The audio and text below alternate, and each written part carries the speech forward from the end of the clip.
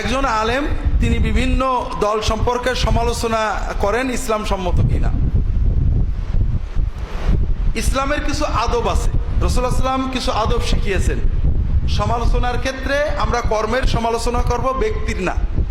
ব্যক্তির যদি সমালোচনা করি, আল্লাহ কোরআন কারীমে বলেছেন লা ইয়াসখার কওমুম মিন কওমিন আসা ইয়াকুনু খায়রা ওয়ালা নিসাউম মিন নিসাইন ওয়ালা তানাবাযু বিল আলকাব। আল্লাহ কোরআনে বলছেন তোমরা ওয়ালা তালমিজু আনফুসাকুম, তোমরা একজন আরেকজনের উপহাস করবে না, এমন ভাবে সমালোচনা করবে না তাকে ছোট করার জন্য,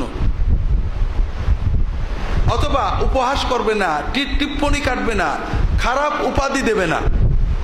এই জন্য আমাদের উচিত, আল্লাহ রাসূল সাল্লাল্লাহু আলাইহি ওয়াসাল্লাম যখন কারোর ব্যাপারে কথা বলতেন নাম ধরতেন না।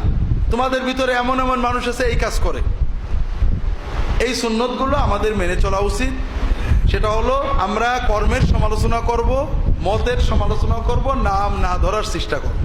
যদি নাম ধরতে হয়, আল্লাহ কোরআন কারীমে ইহুদি নাসারাদের নাম ধরে সমালোচনা করেছেন, কিন্তু দেখবেন অনেক জায়গায়, প্রায় জায়গায় সমালোচনার সময় আগে বা পরে কিছু প্রশংসা করেছেন। লাইসু সাওয়া মিন আহলিল কিতাবে উম্মাতুন মুকতাসিদাতুন। আমরা কারোর যদি আলেম দিনের দায়ী হন, তাদের ভালো পজিটিভ দিকগুলো বলবো, এরপরে বলবো তিনি এই কথা বলেছেন, আশা করি তিনি না বুঝে বলেছেন, কোরআন সুন্নাহর আলোকে এটা এইটা হয়।